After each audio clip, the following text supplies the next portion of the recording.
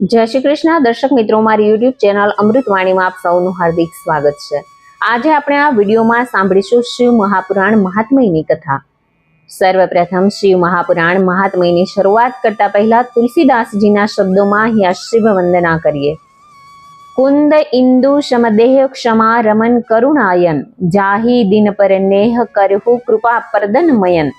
ભગવાન ભોળાનાથની વંદના કરતા તુલસીદાસ કહે છે કે જેમનું ચંદ્ર સમાન ગૌર શરીર છે, જે પાર્વતીજીના પતિ અને દયાના સાગર છે, અહંકાર રહિત ભક્તો પર જેમનો અપૂર્વ સ્નેહ છે અને કામદેવને બાળીને ભસ્મ કરનારા ભગવાન શંકર અમારા ઉપર કૃપા કરો। જો આપને મારો વિડીયો પસંદ આવે તો ચેનલને લાઇક, શેર અને સબસ્ક્રાઇબ કરો, જેથી નવા આવનારા વિડીયોના નોટિફિકેશન તમને મળતા રહે અને મારા વિડીયો આપ સુધી તુરંત પહોંચી શકે। શિવ મહાપુરાણ સાંભળતા પહેલા શિવ મહાપુરાણ મહાત્મ્યની કથા અવશ્ય સાંભળવી જોઈએ। તો આવો સાંભળીએ શિવ મહાપુરાણ મહાત્મ્યની કથા। એક સમયે તીર્થોમાં મહાન તીર્થ એવા પ્રયાગરાજમાં સર્વે ઋષિગણ સુતજીના મુખેથી શિવ મહાપુરાણ સાંભળવા ઋષિના આશ્રમે આવ્યા છે। વક્તા તરીકે વ્યાસાસને સર્વે પુરાણો, વેદો, શાસ્ત્રોના સિદ્ધાંતોને જાણનારા એવા તત્વજ્ઞાની વેદવ્યાસજીના શિષ્ય સુતજી બેઠા છે। એવે સમયે મુનિશ્રેષ્ઠ સોનક ઋષિએ સુતજીને પ્રાર્થના કરતા કહ્યું કે હે મહાજ્ઞાની, સર્વે સિદ્ધાંતોના જ્ઞાતા, આપ અમો સર્વે ઋષિગણોને પુરાણોનો સાર કહી સંભળાવો। અમને ખબર છે કે પુરાણોના શ્રવણ માત્રથી મનુષ્યના પાપોનું નિવારણ થઈ જાય છે। જ્ઞાન, વૈરાગ્ય અને વિવેક મનુષ્યમાં કેવી રીતે આવે છે? ભક્તિભાવ કેવી રીતે ઉત્પન્ન થાય છે? સદવૃત્તિવાળા માનવો કેવી રીતે પોતાના વિકારોનું શમન કરે છે? તેમનામાંથી આસુરી ભાવ કેવી રીતે નાશ પામે છે અને નિર્મળ ભાવ કેવી રીતે પ્રગટ થાય છે?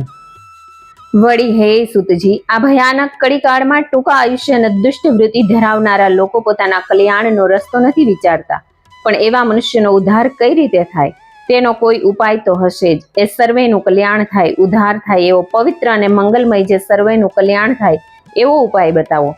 એનું શ્રવણ કરી અમે સર્વે ઋષિગણ વિશુદ્ધ અને નિર્મળ ચિત્તવાળા થઈ ભગવાન ભોળાનાથને પ્રાપ્ત કરીએ। શૌનકજીનો આવો લોક કલ્યાણ કરનારો, સૌને નિર્મળ અને શુદ્ધ ચિત્તવાળો કરનારો એવો પ્રશ્ન સાંભળીને સુતજીને ખૂબ જ આનંદ થયો અને કહેવા લાગ્યા કે હે મુનિ શ્રેષ્ઠો, તમારા આવા લોકહિતાર્થે પૂછાયેલા પ્રશ્નથી હું ખૂબ જ પ્રસન્ન થયો છું અને તમને ધન્યવાદ આપું છું કે હે સોનકજી, ભગવાન ભોળાનાથમાં તમારી અપાર શ્રદ્ધા અને ભક્તિભાવ, એમના તરફ તમારો પ્રેમ જ છે, તેમજ શિવ કથા શ્રવણની જિજ્ઞાસા છે। તેથી કરીને હું આપની જિજ્ઞાસા સંતોષવા શિવ કથા સંભળાવું છું। તો તે સાંભળો। ભગવાન ભોળાનાથનું પ્રગટ અને સ્વયંભૂ સ્વરૂપ એવું આ શિવ મહાપુરાણ કળીકાળમાં ખાસ એવું માનવ ચિત્ત વૃત્તિને શુદ્ધ કરવા માટેનો આ શિવ મહાપુરાણ એ જ શ્રેષ્ઠ ઉપાય છે। હે શૌનકજી, પુરાણ કથા સાંભળવાનો યોગ મનુષ્યના ભાગ્યથી થાય છે।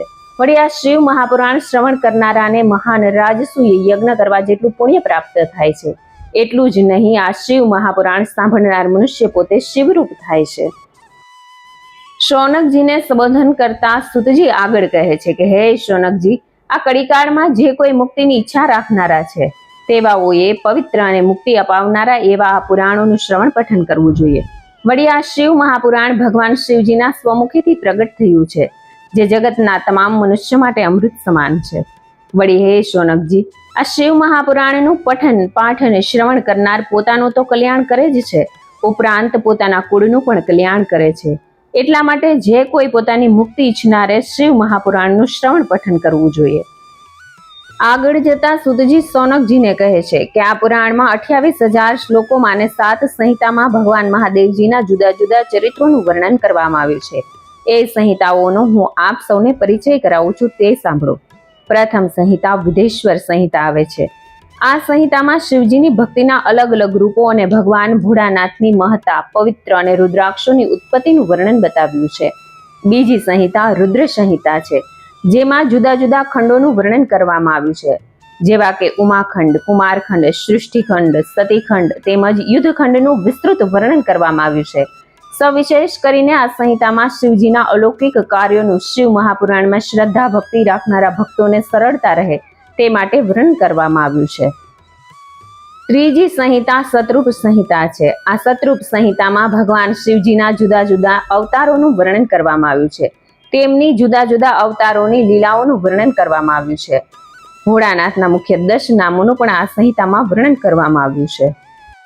ચોથી સંહિતા કોટિ રુદ્ર સંહિતા છે. આ સંહિતામાં શિવજીના નામ તથા જુદા જુદા રૂપો અને જ્યોતિર્લિંગોના વિશે જણાવવામાં આવ્યું છે.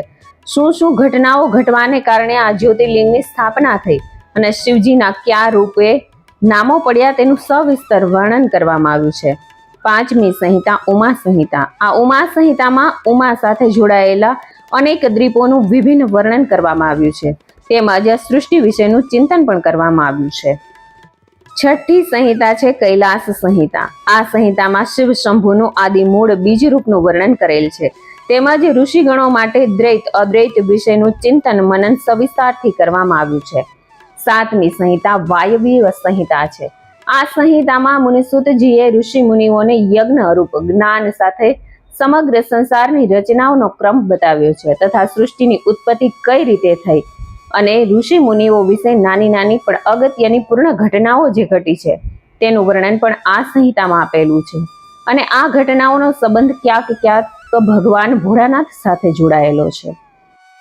આમ આ 7 સંહિતાઓથી શોભતું આ શિવ મહાપુરાણ તમામ ભક્તો કે જેઓને શિવ મહાપુરાણ તરફ ભક્તિભાવ છે તે બધા ભક્તોના મન મનોરથો તેમજ માનસિક શારીરિક તેમજ આધ્યાત્મિક દુઃખો દૂર કરનારું છે અને સંકટ સમયે શાંત રહી સંકટોનો સામનો કરવાની શક્તિ મળે છે. પોતાના આત્માના ઉચ્ચારની પ્રેરણા શક્તિ મળે છે.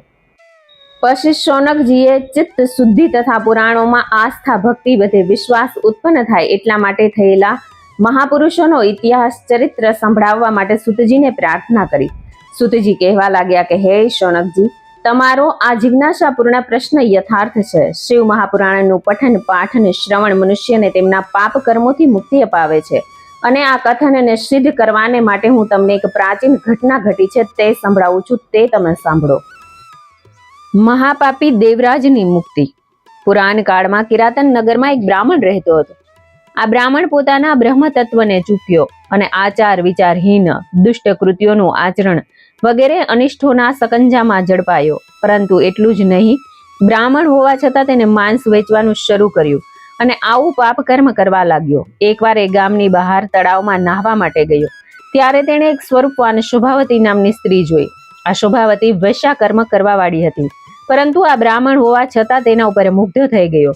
શોભાવતીને તો નવો શિકાર મળ્યો જાણીને તેણીએ બ્રાહ્મણને પોતાના સકંજામાં જકડી લીધો. હવે આ બ્રાહ્મણની પત્ની માતા પિતાને આની જાણ થતા ખૂબ સમજાવ્યો, પરંતુ શોભાવતી પાછળ તેના રૂપમાં આંધળો થઈ ગયેલો બ્રાહ્મણ પોતાના રસ્તેથી પાછો વળ્યો નહીં. તેને બદલે બ્રાહ્મણે પાપ લીલા આચરી પોતાની પત્ની તથા માતા પિતાને તમામને મારી નાખ્યા અને ઘરમાં રહેલી તમામ ધન સંપત્તિ લઈ તે શોભાવતી ત્યાં આવી પહોંચ્યો. આ જોઈ શોભાવતી ઘણી ખુશ થઈ ગઈ. સમય જતા શોભાવતી બ્રાહ્મણ પાસેથી તેનું તમામ ધન પડાવી લીધું. પછી ધન વગરના નિર્ધન બ્રાહ્મણની કોઈ જરૂર હવે તેમને રહી નથી. તેથી તેણી બ્રાહ્મણની ઉપેક્ષા કરવા લાગી. બધી બાજુથી નિરાશ થઈ ગયેલો બ્રાહ્મણ શોભાવતીની ઉપેક્ષા વૃત્તિથી તંગ આવી તાવ ચડેલી હાલતમાં તેનું ઘર ત્યજીને ચાલ્યો ગયો. આગળ જતા એક શિવાલય આવ્યો. હવે આ શિવાલયમાં તે સમયે અનેક શ્રોતાઓ, બ્રાહ્મણો અને મહાત્માઓ શિવ મહાપુરાણનું પઠન અને પાઠન કરી રહ્યા હતા. આ બ્રાહ્મણે શિવ મહાપુરાણ થોડો સમય સાંભળ્યા પછી પોતાના ઘરે ગયો. થોડા દિવસો પછી આ બ્રાહ્મણ મૃત્યુ પામ્યો. યમરાજના દૂતો તેને તેના પાપ કર્મો માટે શિક્ષા આપવા તેને નર્કલોકમાં લઈ જવાને આવ્યા. એ જ સમયે શિવલોકમાંથી આ બ્રાહ્મણને લેવા શિવદૂતો આવ્યા. શિવદૂતોએ યમદૂતોનો વિરોધ કર્યો તો બે પક્ષના દૂતો વચ્ચે વિવાદ થયો અને આ સંઘર્ષનો કોલાહલ સાંભળીને ધર્મરાજા ત્યાં આવ્યા અને વિગત જાણી યમદૂતોને કહ્યું કે આ બ્રાહ્મણને શિવદૂતો લઈને શિવલોકમાં જશે. હવે હું તમને શિવ ભક્તિથી થતા પ્રસાદથી કેવા કષ્ટો પડે છે એ માટે તમને કથા સંભળાવું છું, તે તમે ધ્યાન દઈને સાંભળો. વ્યભિચારી પત્ની બિદુંગ અને સંચુલા. સૂતજી બોલ્યા કે સોનકજી, હવે હું તમને એક બીજી કથા સંભળાવું છું, તે સાંભળો. સમુદ્ર કિનારે આવેલા બાસ્કલ નામના ગામમાં બ્રાહ્મણો રહેતા હતા. આ તમામ બ્રાહ્મણો ખેતી કરતા, પરંતુ ધર્મ પુરાણોમાં માનતા નહીં. ધર્માભિમુખ હતા. એ બ્રાહ્મણોમાં એક બિદુંગ નામનો બ્રાહ્મણ હતો. સ્વભાવે તામસ, દુષ્ટ બુદ્ધિવાળો, મહાપાપી, ખોટા રસ્તે ચડી ગયેલો દુરાત્મા હતો. તેની પત્નીનું નામ ચંચુલા એવું હતું. તે ઘણી ધર્મિષ્ઠ હતી, સુંદર હતી, પરંતુ આવી ધર્મનિષ્ઠ સુંદર પત્ની હોવા છતાં બિદુંગ વેશ્યાગામી કરતો હતો અને વેશ્યાના ઘરે જ રહેતો હતો. જતા દિવસે યુવાન પત્ની ચંચુલા યૌવનના આવેગ સામે હારી ગઈ અને તેણી પણ આડા રસ્તે જઈ પરપુરુષ ગમન કરવા લાગી. આમ પતિ અને પત્ની બંને વ્યભિચાર હતા. પરંતુ બિદુંગને જાણ થઈ કે પોતાની પત્ની પરપુરુષ સાથે સંબંધ રાખે છે, તેથી ક્રોધિત થયો અને ચંચુલાને મારવા લાગ્યો. એટલે ચંચુલાએ પોતાના પતિને કહ્યું, તમે તમારી જાતને પૂછો કે તમે શું કરો છો? તમે વેશ્યાગામી નથી કરતા? તમે તેની સાથે ભોગવિલાસ નથી ભોગવતા? વ્યભિચાર નથી કરતા? તમે ક્યારે મારી સામે જોયું છે? પતિ વિના સુખ કેવી રીતે ભોગવું? હું પણ માનવી જ છું, કેમ કરીને રહી શકું? જ્યાં સુધી સંયમ પડાતો હતો ત્યાં સુધી હું મક્કમ રહી, પરંતુ આખરે ના રહી શકી. તમારી મારા તરફની સતત ઉપેક્ષિત વૃત્તિથી હું પરપુરુષગામી થઈ. કહો, આમાં મારો શો દોષ છે? એટલે ચંચુલાનું કથન સાંભળી દુષ્ટ બુદ્ધિ બિદુંગે કંઈ વિચારી ચંચુલાને કહ્યું, તું જે કરે છે તે ઠીક છે, કરતી રહે, પરંતુ તેનાથી તને જે કાંઈ ધનની પ્રાપ્તિ થાય તે ધન તું મને આપી દેજે, એટલે આપણા બંનેનો સ્વાર્થ પૂર્ણ થશે. પછી તો પતિ અને પત્ની બંને મહા દુરાચારી થઈ ગયા. સમય જતા બિદુંગ બ્રાહ્મણનું મૃત્યુ થયું અને નર્કની યાતના ભોગવતા તેની અવગતિ થઈ અને નર્કે ગયો. નર્કમાં તેણે ખૂબ જ કષ્ટ ભોગવે. આખરે તે 50 યોનિમાં વિંધ્યાચલ પર્વત ઉપર અવતર્યો. આ બાજુ પોતાના પતિના મૃત્યુ બાદ ચંચુલા પોતાના સંતાનો સાથે ઘરમાં શાંતિથી રહેવા લાગી અને સમય જતા તે યૌવન અવસ્થા ગુમાવી વૃદ્ધાવસ્થા તરફ જવા લાગી. તે જ સમયે દેવયોગ એક પર્વના દિવસે ચંચુલા કુટુંબીજનો સાથે ગોકર્ણ તીર્થમાં આવી પહોંચી. અહીં શિવાલયમાં પવિત્ર વાતાવરણમાં શિવકથા ચાલતી હતી. ચંચુલા પણ શિવકથા સાંભળવા બેઠી. તે સમયે વક્તા કહેતા હતા કે જે સ્ત્રીઓ પોતાના પતિવ્રત ધર્મ ત્યજી પરપુરુષગામી બની વ્યભિચાર કરે છે તે સ્ત્રી મૃત્યુ પછી નર્કને પામે છે. ચંચુલાએ આ સાંભળ્યું અને તે ધ્રુજી ઉઠી. કથા પૂર્ણ થતા તે સિદ્ધ વક્તા પાસે ગઈ અને વક્તાશ્રીને 2 હાથ જોડી પ્રણામ કરતા કહેવા લાગી કે હે દેવ, મેં મારા જીવનમાં કંઈક પરપુરુષો સાથે વ્યભિચાર કર્યો છે. હું દુરાચારિણી છું, અધર્મી છું, પરંતુ આપના શ્રીમુખે શિવકથા સાંભળી મને મારા આચરણથી પસ્તાવો થાય છે. હું પાપીણી, વ્યભિચારિણી, દુષ્ટ સ્ત્રી છું, પરંતુ હે દેવ, મને સમજાયું એટલે આપ મને મારો ઉદ્ધાર થાય તેવો ઉપાય બતાવો. મારું નામ ચંચુલા છે અને જાતે હું બ્રાહ્મણ છું. પેલા પુરાણીજીએ ચંચુલાની વાત સાંભળી અને કહેવા લાગ્યા કે હે ચંચુલા, ભગવાન ભોળાનાથની તારા ઉપર કૃપા થઈ છે, એટલે જ તને તારા જીવન આચરણથી પસ્તાવો થવા લાગ્યો છે અને તું સમયસર જાગૃત થઈ છો. હવે તું તારા ભયનો ત્યાગ કર અને ભગવાન ભોળાનાથનું શરણ ગ્રહણ કર. ભગવાન શિવજી જેને પોતાના આચરણથી પસ્તાવો થાય છે તેનું કલ્યાણ કરે છે. તું મનને શુદ્ધ કરી નિત્ય શિવકથા સાંભળ. મને શ્રદ્ધા છે કે તારું કલ્યાણ થશે અને તારી સદગતિ થશે. વક્તાનું કહેવું સાંભળી ચંચુલા નિત્ય શિવાલય આવી શિવકથાનું શ્રવણ કરવા લાગી. જ્ઞાન, ભક્તિ અને વૈરાગ્યને વધારનારી તેમજ જીવનને મુક્તિ અપાવનારી એવી શિવકથા સાંભળી ચંચુલા અતિ કૃતાર્થ થઈ અને તેના અંતઃકરણની શુદ્ધિ થઈ, મન નિર્મળ થયું. ત્યાર પછી ચંચુલા પોતાનું શેષ જીવન શિવ ભક્તિમાં જ પસાર કરવા લાગી. સમય જતા ચંચુલાનું આયુષ્ય પૂરું થતા તેનું મૃત્યુ થયું. એ સમયે શિવજીના ગણો આવ્યા અને ચંચુલાને વિમાનમાં બેસાડી શિવધામમાં લઈ ગયા. ત્યાં શિવધામમાં તેને નીલકંઠ, 5 મુખવાળા, ત્રિનેત્રધારી, સૂર્ય સમાન ક્રાંતિવાળા ભગવાન ભોળાનાથના દર્શન થયા. ચંચુલા કૃતાર્થ થઈ ગઈ. ત્યારે ભગવાન ભોળાનાથને 2 હાથ જોડીને પ્રણામ કર્યા. ત્યાર પછી ભોળાનાથે ચંચુલાને પોતાની સખી તરીકે સ્થાપી. ચંચુલા શિવધામમાં હર્ષપૂર્વક રહેવા લાગી. એમાં એક સમયે ચંચુલાને માતા પાર્વતીજીની સ્તુતિ પ્રાર્થના કરી. માતા પાર્વતીજી ચંચુલાની પ્રાર્થનાથી અત્યંત હર્ષ પામ્યા અને ચંચુલાને ઈચ્છિત વરદાન માંગવા કહ્યું. માં પાર્વતીજી પોતાના ઉપર પ્રસન્ન થયેલા છે જાણીને ચંચુલાએ માતાને કહ્યું કે માં, મારા ઉપર કૃપા કરી અને મને એ જણાવો કે હાલ મારો પતિ ક્યાં છે અને શું કરે છે? જો તે નર્કમાં હોય તો તેની સદગતિ કેવી રીતે થાય તેનો ઉપાય મને બતાવો. ચંચુલાની વિનંતી સાંભળી પાર્વતીજી બોલ્યા કે હે ચંચુલા, તારો દુષ્ટ પતિ બિદુંગ એના પાપાચાર અને વ્યભિચારથી તે અત્યારે નર્કની યાતના ભોગવી રહ્યો છે અને પછી તેનો 50 યોનિમાં જન્મ થયો છે. હાલ તે વિંધ્યાચલ પર્વત ઉપર 50 થઈને જીવી રહ્યો છે.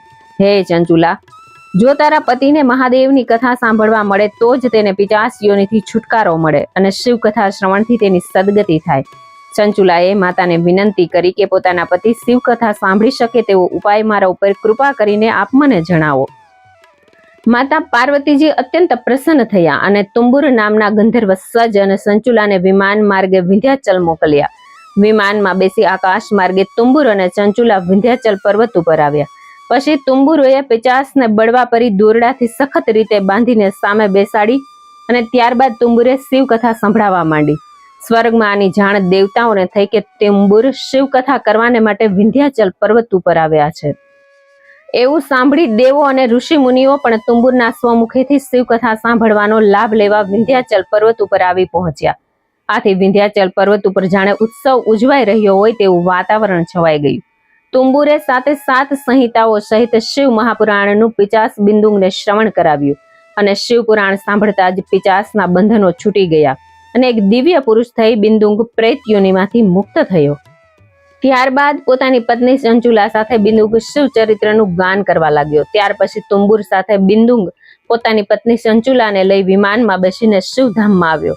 ત્યાર પછી શિવજીએ પ્રસન્ન થઈ બિંદુંગને પોતાના ગણોમાં સ્થાન આપ્યું. આમ હે ઋષિ મુનિઓ, જે કોઈ શિવ કથા સાંભળે છે તેની અંતે સદગતિ થાય છે. ઇતિ શ્રી શિવ મહાપુરાણનું મહાત્મય સમાપ્ત. આગળના વિડીયોમાં આપણે 7 સંહિતાઓમાંથી પહેલી સંહિતા વિદેશ્વર સંહિતાનું શ્રવણ કરીશું. મને સાંભળવા માટે ધન્યવાદ. હર હર મહાદેવ હર.